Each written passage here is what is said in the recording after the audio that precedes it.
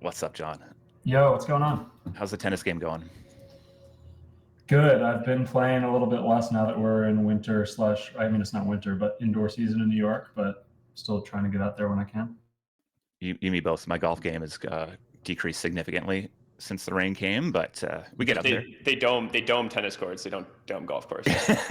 People still play golf like all through the winter, right? Here You they just do, get out yeah. there We and get to, we just got to bag up your feet because it's just moist, rather play. moist. Yeah, okay. Interesting. All right, John. So, I mean, you guys at PartyDAO were building some, very forward-looking things over in the EVM land, exploring fundraising. I mean, this internet capital markets meta back before it was called internet capital markets. I find that funny. Just keeps coming around. Notoriously early. Yeah, stuff in sort of the NFT space, etc. And then we kind of haven't heard anything from you for a little while, and then boom, developing some of the top apps in the World ecosystem. So I'm curious, what sparked your initial interest to go build on World? Yeah, totally. So, yeah, you're familiar with all our prior products. For people who don't know, we used to build an app called PartyDAO. It was basically an on-chain group wallet for regular consumers. And I would just say like about a year ago, we were a little disappointed maybe in two things. One, we just felt like we had really like kind of tapped out the distribution that was available in crypto. It just felt very limited in terms of scale. Like I think I'm just guessing here, but it felt like maybe there was like 100,000 users out there with like a self-custodial wallet who were either like on crypto Twitter or on Farcaster, like seeing this type of app and even able to log in and use it.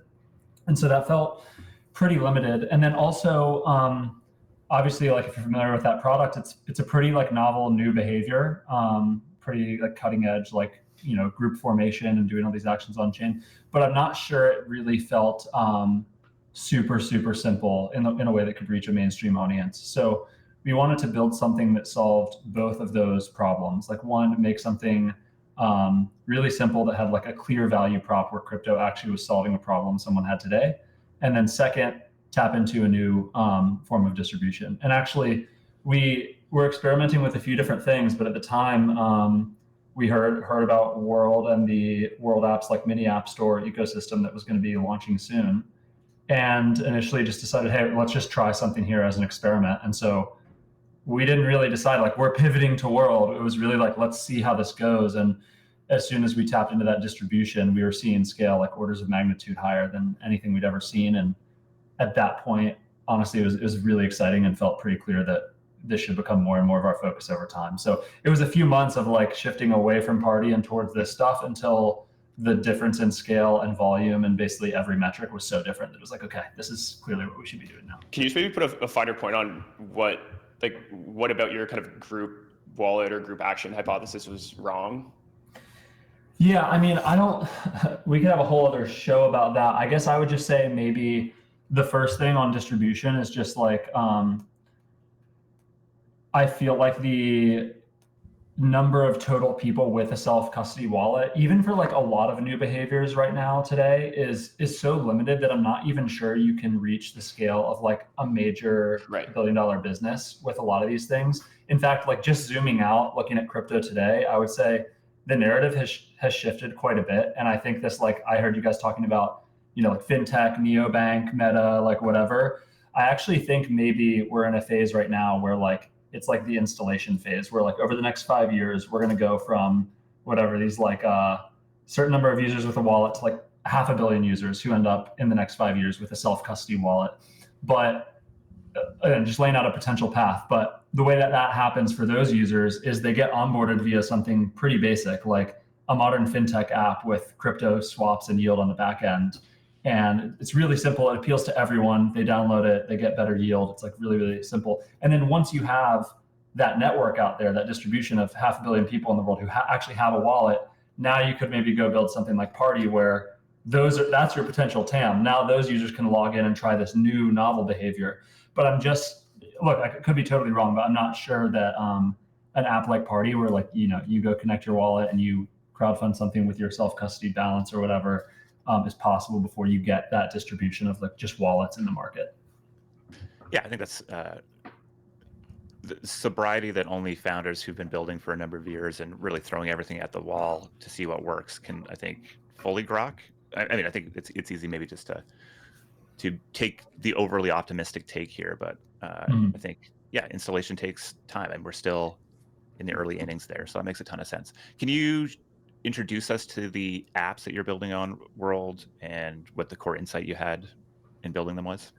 Yeah, so I'll try to keep it brief so you can clip this and give people a nice concise summary. The first one's called Oro, and it was actually our first experiment. The idea was just, hey, we've got proof of human. What's the novel thing you can do with this that you couldn't do before?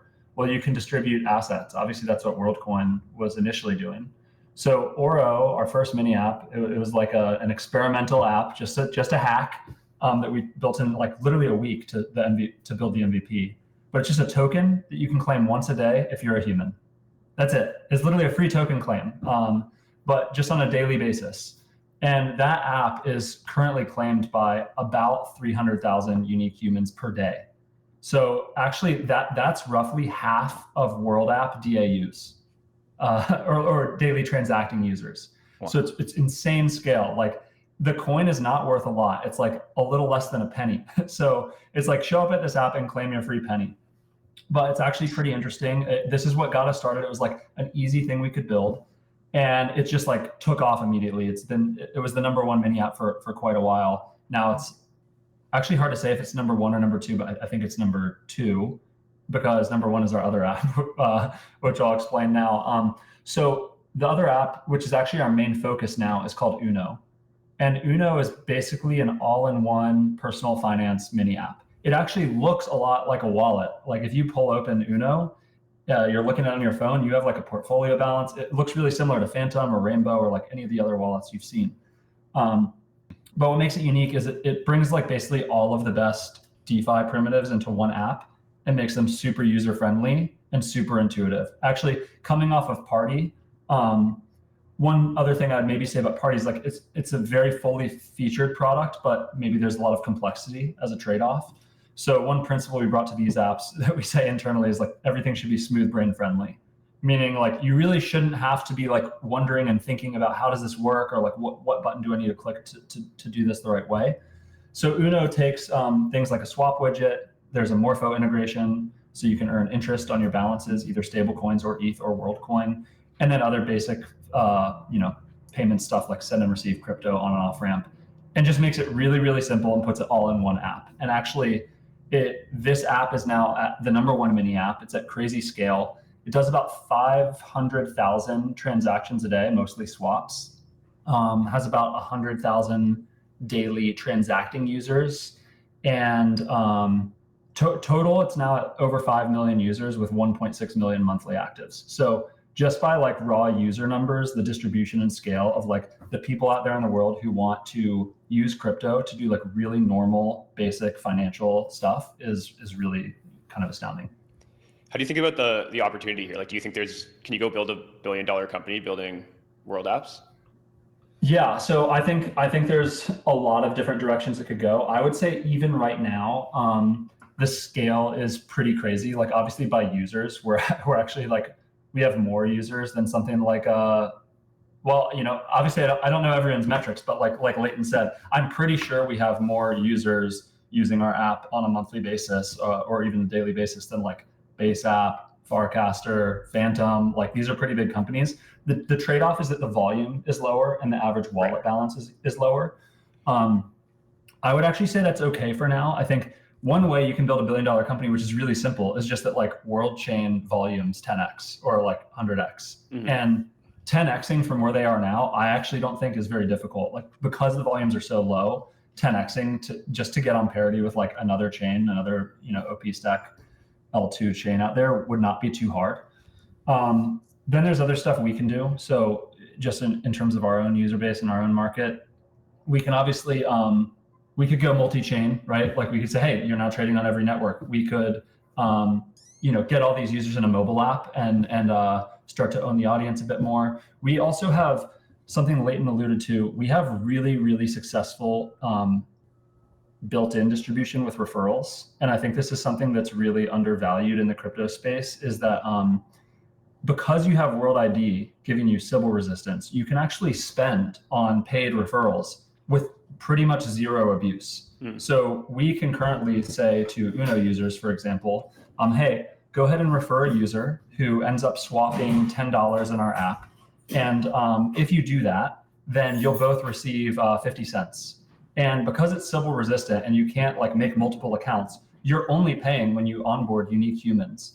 And I think there's actually ways you can tailor that type of program to actually grow up market to users who have higher wallet balances. For example, let's say, hey, refer a user who puts $1,000 in the Morpho integration, and we'll give you each $10. So there's stuff like that we haven't even started to do yet. But in terms of like broad distribution to a retail consumer base, I actually think you want to start wider. Like if you told me, hey, you could have 1 million users who were really rich, or you could have 10 million users who all had like $10. I think it's smarter in this type of product to go wider with a more horizontal user base, just because, again, I think the distribution is so important. When you have distribution, there's tons of stuff you can do. If you're super concentrated, especially with high wallet balance users who are quite mercenary and like are always going to go where lower fees are, you might actually have a more fragile business. So I would just say like where we're at right now is like lots of users, slightly lower wallet balances than you would see in other ecosystems, but I feel like we have a lot of levers we can pull to like navigate that as we continue to grow. I'm looking at this. We have DEX volume over the last 24 hours on World Chain. This is from DeFi Llama. It was about 2.5 million. And on base, DEX volume in the last 24 hours was 700 million. So behind the ball, or huge opportunity to grow. One of my core beliefs, and you push back if you disagree, is that the biggest thing that'll get people to install a new wallet, join a new chain, join a new platform, is if there are very compelling assets for them to go buy, bid, be early to. How much of that do you think is true for World, or is there some other big driving force that people should be betting on? You're saying people are onboarding because they like feel like they're early and like they're on the alpha? People want to hold ETH and use ETH wallets because there's good things to go buy there. I think they made the switch to Solana because there's good things to go buy there. I think they're interested in Base again right now because there's good things to buy there. Right. This sort of speculative interest drives people to jump over all sorts of hoops, being able to pay all sorts of fees, and all of those, in my mind, lead to it being like, the core thing that at least drives value for L1 or L2 tokens. But I'm curious if it is. Yeah, I think there's two things happening with the World ecosystem. If I'm like really oversimplifying, half of it is what you're saying, right? Like this is arguably the core growth driver, like their whole insights, like arguably the biggest paid CAC experiment like ever done in the world. It's like, hey, come on board and we give you a share of the network. It's insane. So definitely people are onboarding to like, they're literally getting hundreds of dollars of free World coin. Of course you're going to onboard. And actually I would say, I think a lot of users feel like they're early. They don't just dump the World coin and churn. They like hold the World coin. Maybe they put some in dollars, but they keep it in the World app. Do you have stats on that? I don't actually. I do have. We have pretty sophisticated Dune dashboards on this, but I don't know the numbers off the top of my head. Give me a gut reaction of like my sense is that everybody would dump. So knock me off that. So no. I think like my gut reaction is going to be too random. Like I don't think everyone's dumping. I think like there's definitely some share of users that like dumps and leaves, but I think I would guess that a majority of people, even if they convert some or all of their World coin balance to USDC, which I don't think is a majority of people, but it's staying in the World app. Like, because we're obviously seeing that, like we see the number of users who create a new safe, which World app accounts are safe accounts. So if you look at number of safe accounts on World, that's a good proxy for number of World app users. So if we look at the number of new safe accounts per week, and then we look at the number of new Uno transaction like users per week, the percentage is quite high. So like I at least know that like it's not like most of them dump and don't use the app anymore. They're actually like becoming Uno users pretty quickly after, which is actually pretty crazy for us.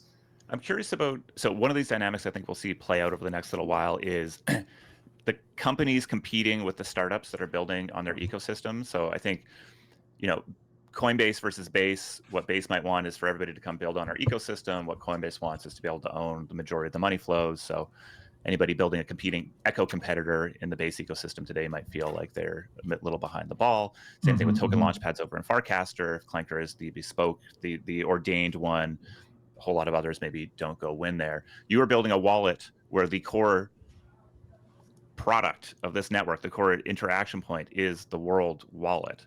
Yeah, right.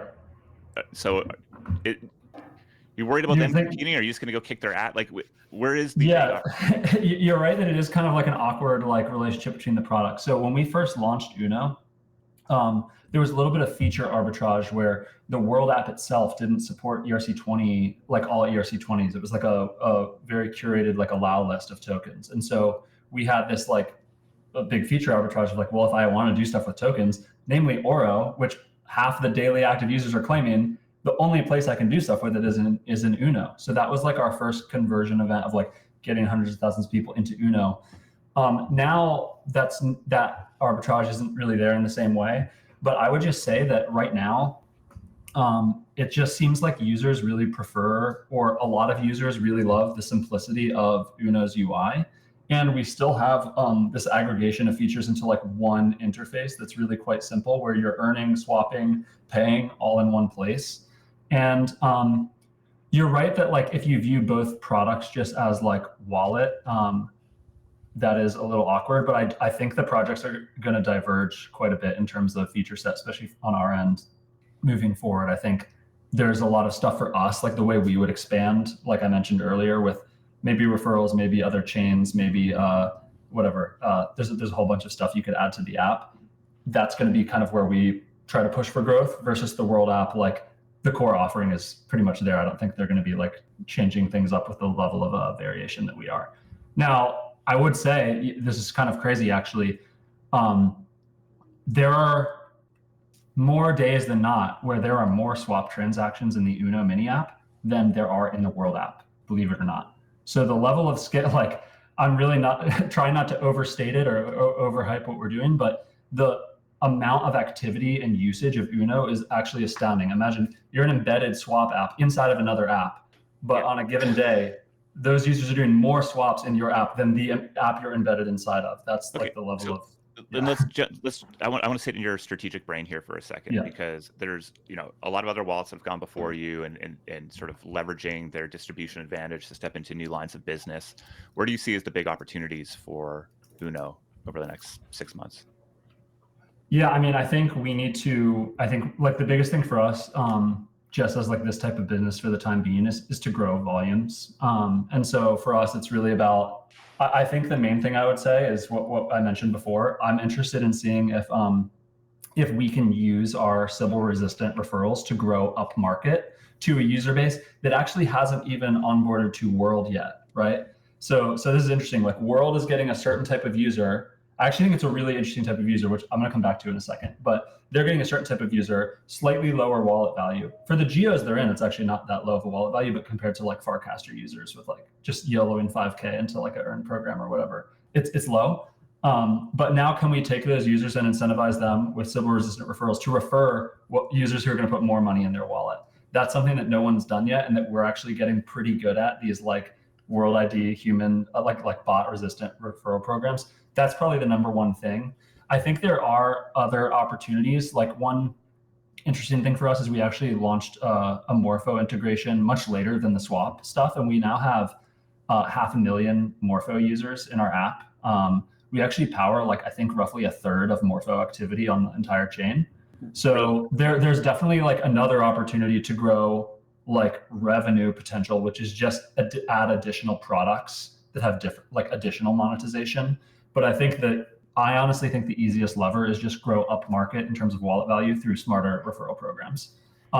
It's super interesting because like I've opened the app here and we have streaks and there is sort of this, but yeah, the unique dynamic here is how integrated across everything else in the world eco this seems to be. So like the difference between me being in this app and in the world app is that you actually have, it seems like more integration. So you allow me to claim my world allocation this month right in Uno, which also seems like an interesting hack. Instead of is that going into my Uno wallet rather than into my default world wallet? Or no, so it's actually, the funny thing, it's all the same wallet. So like many apps are like tapping into your world wallet, right? And we actually don't have a way to claim your world grants in our app. Like I don't know if you were claiming world from somewhere else or something there. It was a button that said claim and I clicked it, John. I just like to click buttons when there's money on the other end of it. So. That might have been your interest from Morpho.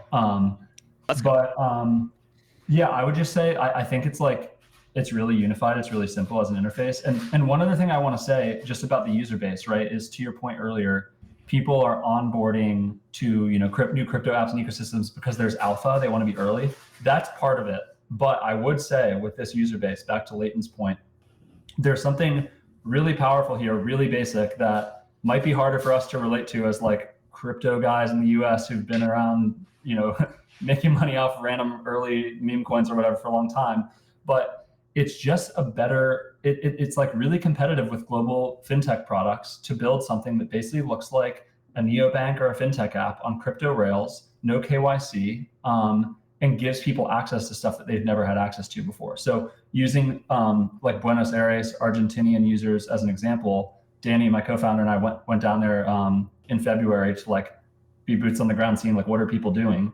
And this is actually a really great offering for people. It's like, well, I can actually hold dollars in an app that I control. I don't trust a bank with my dollars, like especially in Argentina. There's been like a number of banking crises. Mm-hmm. So I've got dollars in an app that I control, and I'm earning interest on the dollars at like boosted yield rates. That's a really competitive, compelling offering. And so part of it is, I got this free world coin, I'm gonna speculate on that. But I would actually say a lot of our users are here's one way of thinking about it. In the US, you go to crypto because you want more volatility. It's like, I don't want 4% in my, whatever high yield interest account. I want to go like gamble on pump fund meme coins, and maybe I can make a 10,000x or whatever. But in Argentina and a lot of places in the world, it's actually the opposite. I'm going to crypto to escape volatility. I already had like crazy inflation. I just want to hold stable coins, earn interest. And actually there's a lot of interest in like Bitcoin specifically, I think just because like the digital gold narrative is like a worldwide meme. But these users are not really trading like low cap meme coins. The interest is in like holding dollars, buying and selling WorldCoin and Bitcoin, and like earning interest. It's like pretty much I think like the base distribution for a new wave of fintech neobank stuff that I think everyone's going to be pursuing. Phantom, Coinbase, Robinhood, like everyone's going to be doing this, where you have like savings, payments, and trading in one app that's basically a crypto wallet under the hood. But it's not framed as a crypto wallet. It's framed as like a new fintech app. I feel like throughout all of our conversations today, it just feels so right for a like world meta to emerge on crypto Twitter, and a bunch of kind of speculative activity flow into the ecosystem. And I'm curious if that is something that you would want and like benefit from, or if you're just like, no, we're good over here. We're building for real users. This kind of slow compounding growth is actually beneficial. Yeah, I mean, I think to Leighton's point, I do think the World app is like a pretty amazing user experience. Like I just think I've seen every iteration of building in consumer crypto, from when it was pre-MetaMask, my Ether wallet, you had an encrypted JSON file that you had to like drag and drop into each app you wanted to use. Then we had MetaMask, then we had like, better mobile wallets, then we had Privy. I've seen it all. The World app experience is like really, really clean from like a mini app perspective and like gas abstraction. So I think if you're a degen crypto user, you could go use World app and benefit, but and that'd be great for us because you're probably going to bring more volume to the chain. But I'm not sure that the hook there is like quite as compelling as it is for the distribution that we currently have, where it's like, hey, I can hold dollars and earn interest on them for the first time in my life. Why would I not like put major money into that, Yeah.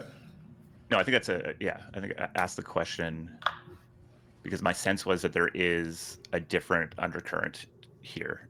And I think for a lot of folks, Dev Connect coming up in less than a month, go and ask people what they're using, because, and I think that framing of they're seeking to escape volatility is a very interesting one. Yeah, I think my last framing here would be like the trend here is bigger than just World. I actually think like there's, not saying I'm 100% correct here, but my take on crypto for like the next 5 years is like we're about to finally enter the consumer adoption like installation phase, where we reach 500 million people in the world, maybe 1 billion, who have a real self-custody wallet. How's that going to happen? It's not going to be because everyone gets into meme coins. That'll be some of it. But it's going to be because there's a new wave, this neobank meta, where people around the world get new fintech apps where you can really easily build trading, savings, and payments into an app on crypto extremely quickly. And I think like every big player is going to do this. Like I said, Robinhood, Stripe, Coinbase, us, World, like I think all the big players are going to be going for the same thing. The difference is you can reach global growth really quickly because you don't have to KYC every user to do like high yield savings on Morpho, right? They just need to onboard to a crypto wallet. So I think this trend, like we now have the technical base and distribution to build an entirely new like fintech wave. And I think that's going to be how crypto wallets get in the hands of billions of people. And I think that's like the next 5 years. And to that end, I would say that your feature set is no longer your moat. The feature set is actually pretty easy to build. Your moat is, do you have unique distribution to a novel audience that actually needs these products? And that's where Uno is sitting today, which I actually think is like a really interesting lead on even a bigger player who only has, for example, US-based users who already have 5 high yield savings accounts. So I think the trend is actually bigger than like WorldCoin. It's like, what does crypto look like? It's going to be, I think, this like broader fintech style adoption. The neobank meta that you're seeing people mention on X, I think that's kind of like the broader trend. Get the scare quotes. I love it. I feel like I have to do that too. Anytime we have some new language that's being defined that is ill-defined. John, I have to be clear that I understand the amount of hype involved when people are coming up with these metas, and I'm not like totally. I'm a score coder too. The problem is the my real estate here on screen is so small that I don't often get. Yeah, right. Nice. John, yeah, man.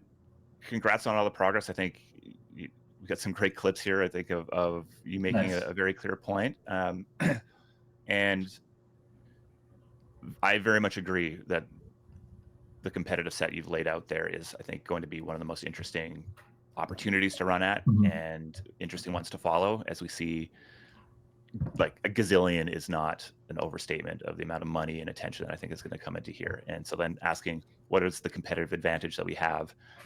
I think you guys are in an interesting spot. Like very, very interesting. I'm excited about it. Obviously, it's still very early, but I think the next few years are going to be really interesting here, and it's pretty exciting, having been in crypto for a long time, that it's finally at the spot where like a crypto wallet that can be competitive with like a full bank. Actually, like the whole be your own bank like thing from a long time ago. It's pretty crazy that it's like actually at that point where you can actually build that and it's actually better. Yeah, building with tailwinds instead of just furiously fighting off headwinds must feel amazing. Totally. Yeah. It's pretty cool. And obviously like been awesome to do that with TFH and WorldCoin. Like the platform they've built has been awesome to build on. So it's a huge part of it. Well, you guys got a good squad, so easy to take the over on what you guys are doing as well. So, Awesome. All right, brother. Well, thanks for giving us a peek in, and well, we're gonna have to check back in as you cross the 1 billion user mark in 6 months, right? Yeah, let's do it. That'd be great. Happy to come on anytime, and yeah, thanks for having me. All right. Cheers, buddy. Peace, man. All right, peace.